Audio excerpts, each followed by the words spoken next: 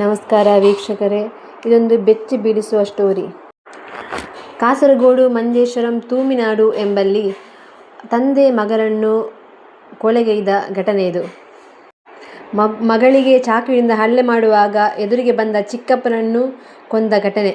ಗಂಡ ಹೆಂಡತಿ ಜಗಳ ಸರಿ ಮಾಡಲು ಪಂಚಾಯಿತಿಯ ಮೂಲಕ ಜಗಳ ಸರಿ ಮಾಡಲು ಸುಮಾರು 4:15ರ ವೇಳೆ ಮನೆಯಲ್ಲಿ ಜನ ಸೇರಿದ್ದರು. 4 ಗಂಟೆಗೆ ಒಂದು ನಮಾಜಿನ ಸಮಯ ಆದುದರಿಂದ ಎಲ್ಲರೂ ಮಸೀದಿಗೆ ಹೋಗಿದ್ದರು.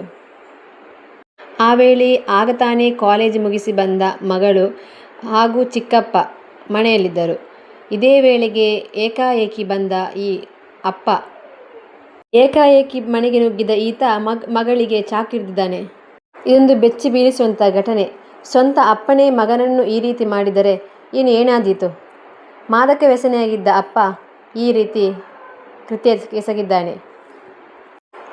ಮಗಳ ಕುತ್ತಿಗೆಗೆ ಚಾಕುವಿನಿಂದ ಇರಿದು ಅದನ್ನು ತಡೆಯಲು ಬಂದ ತಮ್ಮನಿಗೂ ಚಾಕುವಿನಿಂದ ಇರಿದಿದ್ದಾನೆ. ಮಗಳನ್ನು ಹಾಸ್ಪಿಟಲ್ಗೆ ತಲುಪಿಸಿದಾದರೂ ಅವಳು ಕೊನೆಯುಸಿರೆಳೆದಿದ್ದಾಳೆ.